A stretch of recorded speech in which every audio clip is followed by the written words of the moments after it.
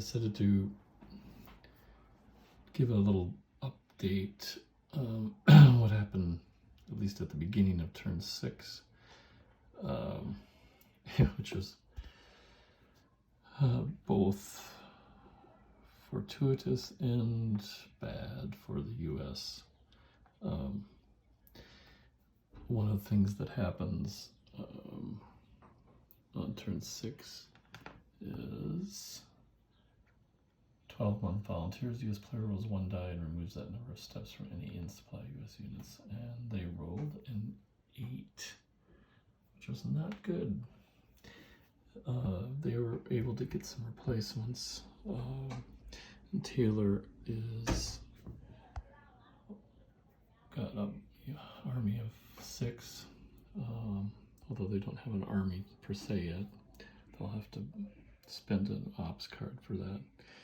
But at least there's a force up in the north that can take care of countering Santa Anna's moves.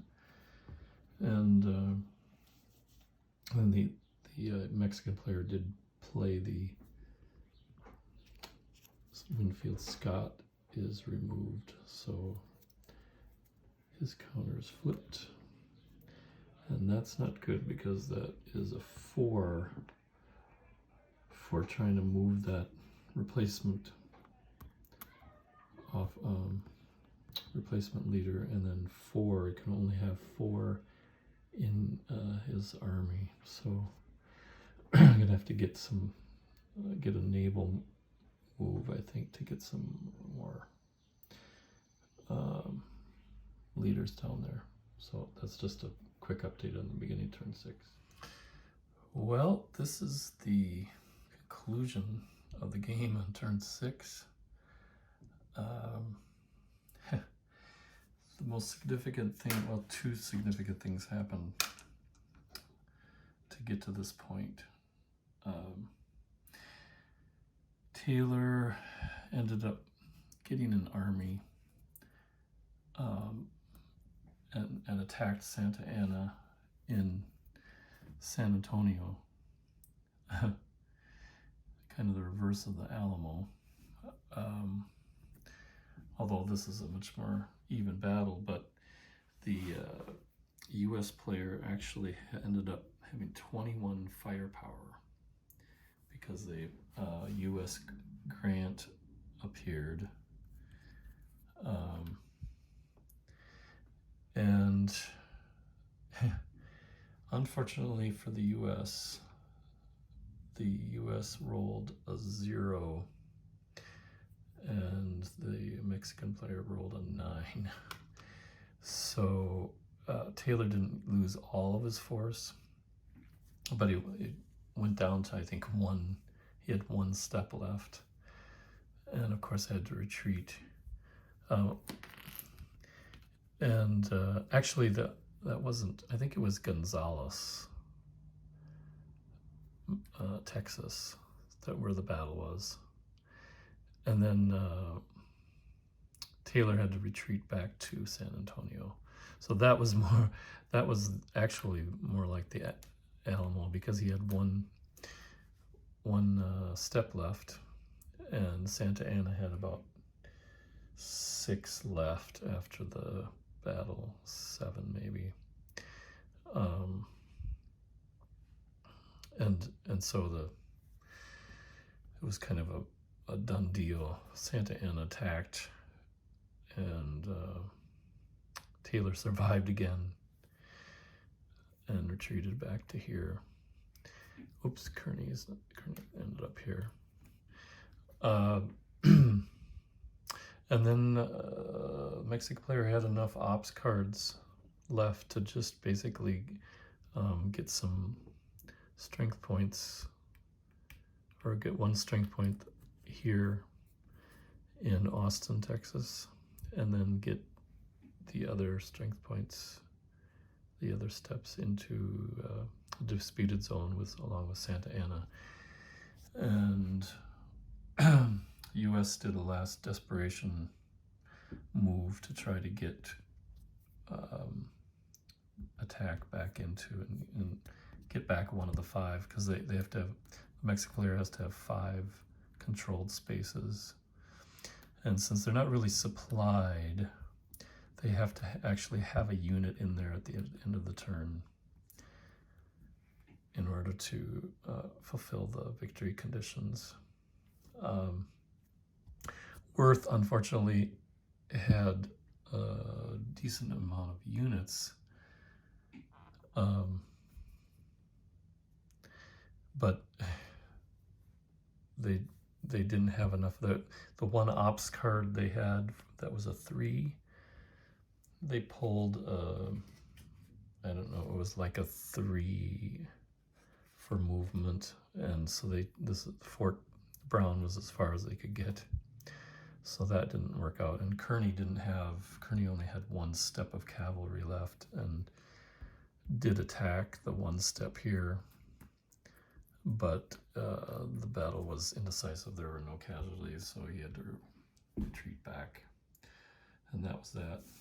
The other big thing that happened was, of course, the Scott card was played. Scott being removed by the Mexican player, they held on to that card and then played it. And once that happened, with the replacement leader is a 4, and the US player didn't have any 4 ops cards to do anything with him. They actually could have used I think the US player, meaning me, some of the leaders went to waste up in Texas, and I should have, the next time I play, I would, once Scott invades, and we would have to get some leaders down into Veracruz and Yucatan area, etc. And they also have to leave a little bit better force army in South Texas. You have to be able to do that, and then also go on the offensive to get Monterey and Saltillo, which I did, but then there really wasn't anything left to stop Santa Anna from going through Texas, except Taylor. I think that battle, if that had gone the other way, the U.S. player, I would guess, would have probably won. So that battle, it would have taken longer than turn 6, but the political will was 13 and headed south. There was another revolt in Zacatecas, and I think eventually the U.S. player, getting some decent reinforcements and replacements, would have ended up winning. But it was fun getting to this point, and I will definitely pull this game off the shelf eventually, after I get through a cycle of games that I'm doing kind of in random order. And the next game I actually pulled was this one by Compass, End of Empire. And I'll talk about that in another video, but that should be interesting because I've seen some mixed comments about this. So far through the rules don't look too bad, so I actually don't even have it punched yet. So I might take a look at the rules, the end of the rules, getting into the combat system, and then maybe doing a scenario just to get into the game, and we'll post on that. I kind of like the idea of doing some videos on games that don't have a lot of press, or in some cases maybe negative press, just to see where that leads. I'm also doing some World at War 85, just starting that. So anybody who's taken a listen to some of these videos, thank you, and hope this piques your interest maybe again, if you have it on your shelf and you haven't really thought seriously about playing this, I think you should try it.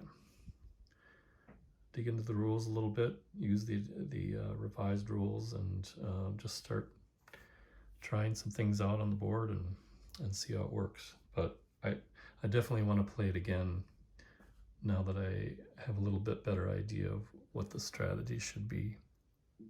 But it was fun seeing the back and forth. It's a good little game. Thanks for watching. Thanks. Bye.